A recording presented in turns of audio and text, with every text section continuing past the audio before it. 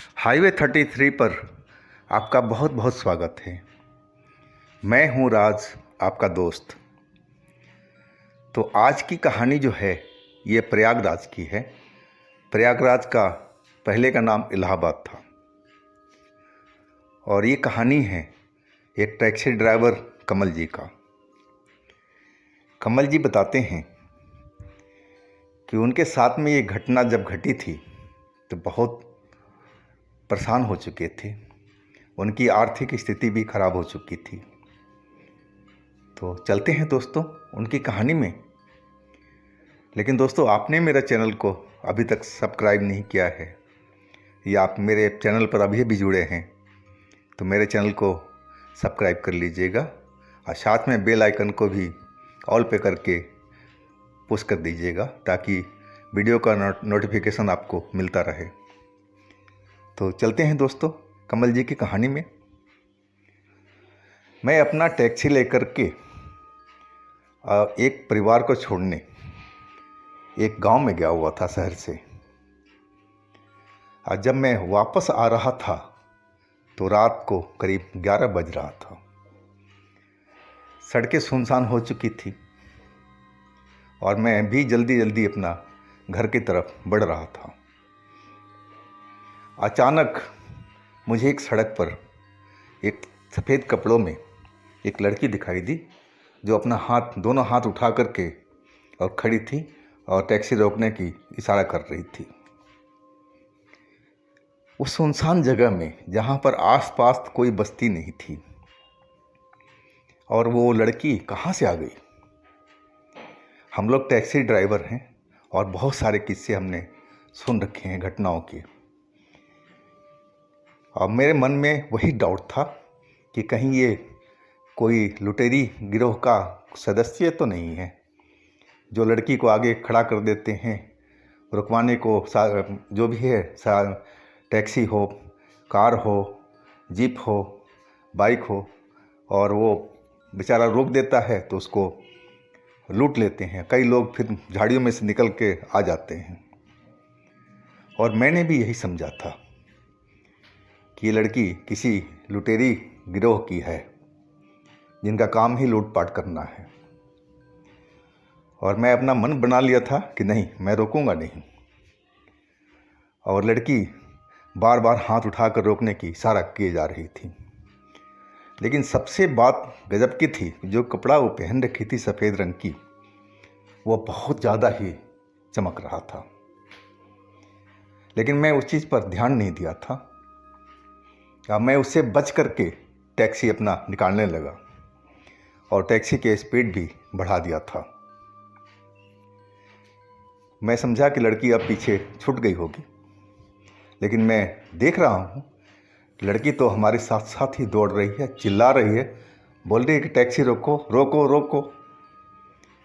लेकिन उसकी स्पीड देख करके मैं हैरान रह गया था कि भला कार के मुकाबला एक लड़की कैसे कर सकती है। और मैंने एक्सीलेटर पर और दबाव बना दिया और तेज़ गति से निकलने लगा। वो लड़की चिल्लाती हुई और गुस्से में अपने हाथ में पता नहीं क्या लिए हुए थी। पहले तो खाली हाथ थी, लेकिन अभी उसके हाथ में कुछ दिखाई पड़ रहा था और उसमें से वो नोच नोच करके मेरी टैक्सी के ऊपर फेंक रही थी। टैक्सी पे धप धप गिरने की आवाज़ आ रहा था। सही मायने में उस वक्त तो मैं डर चुका था कि पता नहीं कौन है लड़की, क्यों मुझे रुकवाना चाहती है, इसका मतलब मकसद क्या है। लेकिन मैं रुका नहीं, भागता रहा अपने फुल स्पीड में करके टैक्सी को। लड़की एक जगह पर वो खड़ी हो गई थी, मैं देख रहा था और मैं टैक्सी निकालता चला गया। वो लड़की वहीं मुझे खड़ी दिखाई दे रही थी। जब मैं दूर पहुंच गया तो वो दिखना बंद हो चुकी थी। मैं घर पहुंच चुका था। अभी भी वो घटना मेरे दिमाग में चल रहा था कि आखिर वो लड़की ने मेरे टैक्सी पर क्या फेंकी है। और मैं घर पर घंटी बजा करके गाड़ी तो अपने पार्क कर दिया बाहर ही और अपनी घंटी बजा दिया ताकि मेरे मिसेज दरवाज़ा खोले। और मैं टैक्सी पर देखा तो कुछ मांस के लोथड़े जैसे चीज़ उस पर चिपका हुआ था, उसके छत के ऊपर में टैक्सी के, और अभी भी उसमें से लग रहा था कि खून टपक रहा है। मैं ये सब चीज़ें देख कर के एकदम डर गया और तभी मेरे मिसेज आ गई।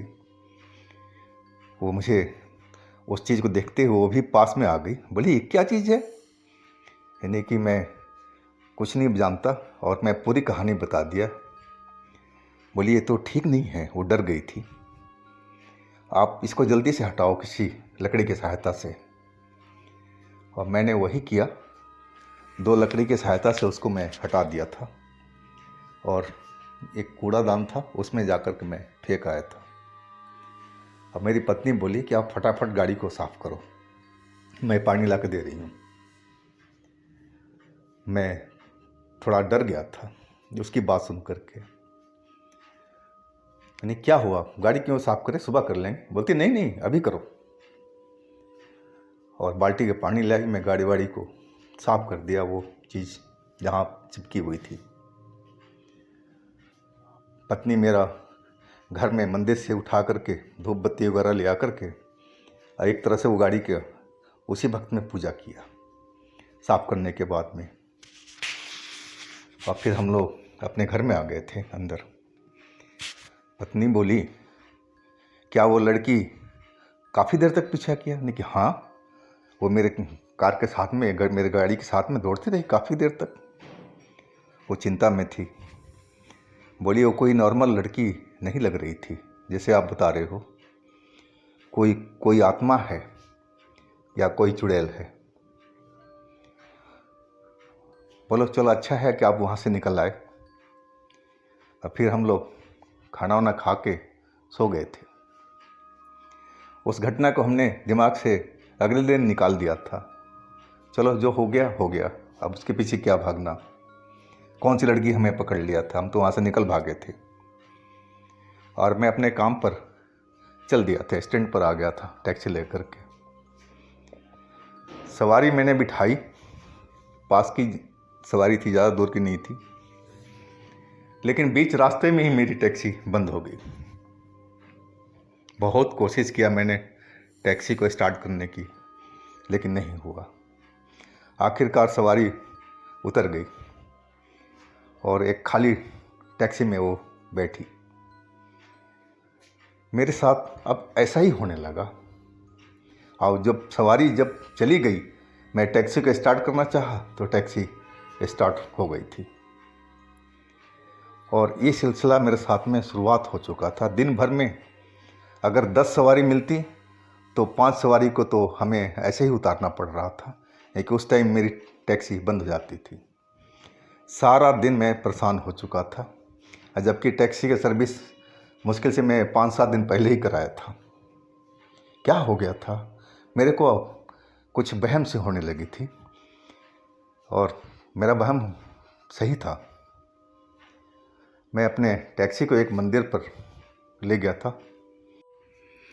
वहाँ के पुजारी को मैंने सारा बात बताया कि हमारे साथ में रात में ऐसा ऐसा घटना हुआ था और एक मांस का लोथड़ा हमारी गाड़ी पर चिपका हुआ था जो उस लड़की ने फेंका था। पुजारी कुछ पूजा पाठ किए हमारी गाड़ी को और बोले कि एक छोटी सी माता रानी की मूर्ति मैं डैशबोर्ड पर लगा देता हूँ, आप इनका भी ध्यान रखना, पूजा करना और माता रानी पर विश्वास रखना, सब कुछ ठीक हो जाएगा। नहीं चलो जी पंडित जी, बहुत अच्छी बात है, लेकिन मेरे मन में अभी थोड़ा सा वहम था कि कहीं एक बार मैं अपनी गाड़ी को दोबारा वर्कशॉप में दिखा लूँ। और फिर मैं वर्कशॉप में अपनी गाड़ी को ले गया था। वर्कशॉप वाले ने पूरी गाड़ी को चेक किया, बोला नहीं सब कुछ तो ठीक है, ऐसे तो होना ही नहीं चाहिए था। और फिर मैं वहाँ से संतुष्ट था, चलो हमारी गाड़ी तो ठीक ठाक है। और फिर मैं अपने काम पर लग गया था। लेकिन पूजा होने के बाद में ये तो फ़र्क पड़ा था कि मेरी गाड़ी अब बंद नहीं हो रही थी। लगता था वो जो लड़की का फेंका हुआ मांस का लोथड़ा आज सही में वो हमारी गाड़ी को रुकावट दे रहा था और इसलिए हमारी गाड़ी बंद हो रही थी। लेकिन अब मेरी जब गाड़ी पूजा हो गई और बाबा ने वो मूर्ति लगा दी मेरी डैशबोर्ड पर, तब से मेरी गाड़ी सही चल रही थी। 2 दिन तक कोई दिक्कत नहीं हुई। तीसरे दिन मैं सवारी को छोड़ने थोड़ा दूर गया था, पूरा परिवार ही था उनका, और मैं वही वापस आ रहा था तो करीब रात को 1:30 बज रहा था।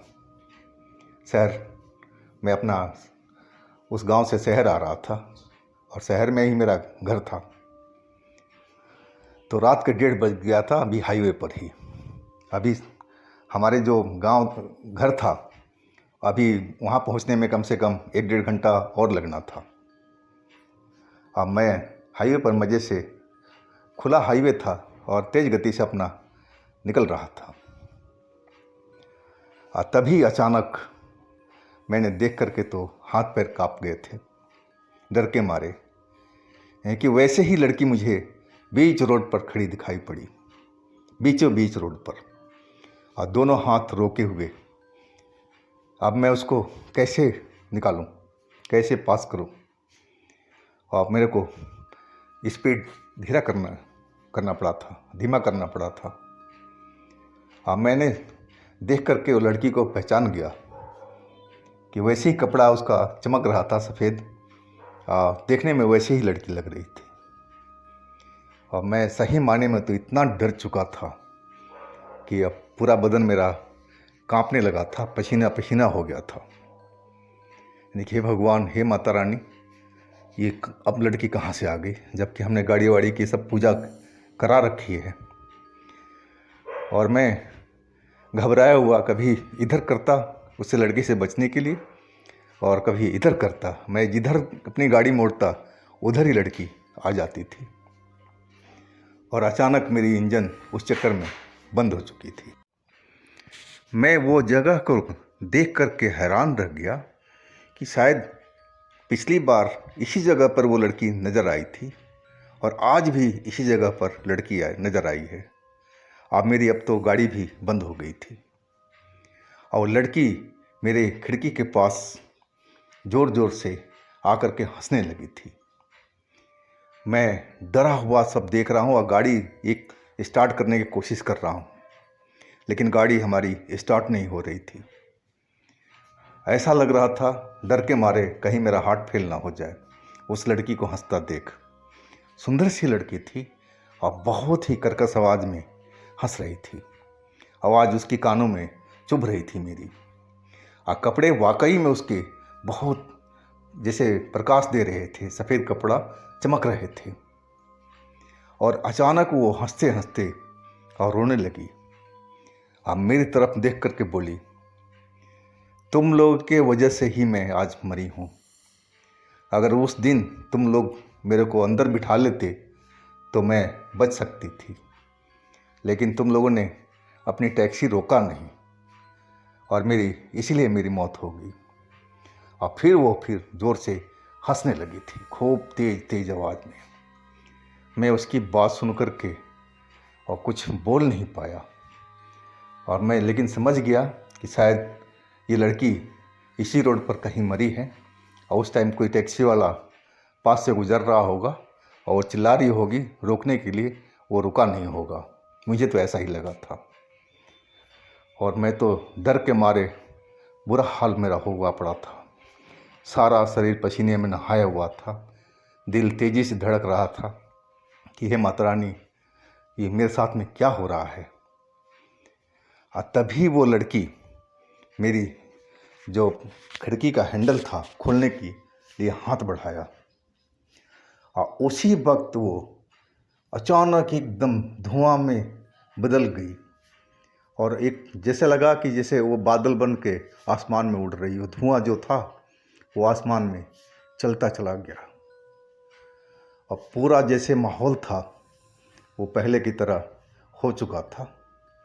सब कुछ शांति थी, कोई हंसी नहीं, कोई रोना नहीं, बिल्कुल वो पूरा शांत हो चुका था एरिया जहाँ मैं खड़ा था, लेकिन डर तो इतना था कि पूरा बदन अब भी कांप रहा था।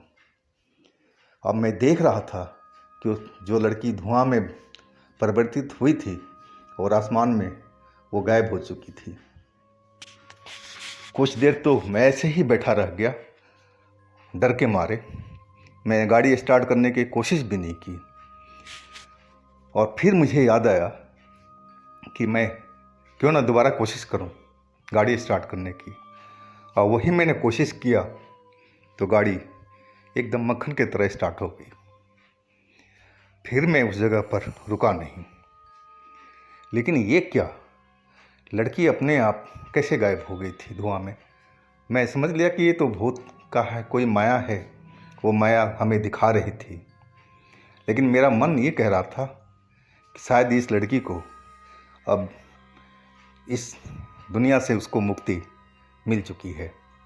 मुझे ऐसा ही लग रहा था कि जैसे ही वो गाड़ी का हैंडल पकड़ा था तभी वो धुएं में बदल गई थी। शायद हमारी गाड़ी में माता रानी बैठी हुई थी, विराजमान थी, और उन्हीं के असर से शायद उनको, उस लड़की को मुक्ति मिला हो। मुझे ऐसा लग रहा था। फिर तो मैं उस जगह पर रुका नहीं, और उसके बाद हमारी गाड़ी में कोई दिक्कत नहीं आई, और ना ही मैं उस लड़की को कभी दोबारा, उस रास्ते से मैं कितनी बार निकलता जाता था रात में भी, लेकिन कभी भी वो लड़की उस रोड पर नज़र नहीं आई थी।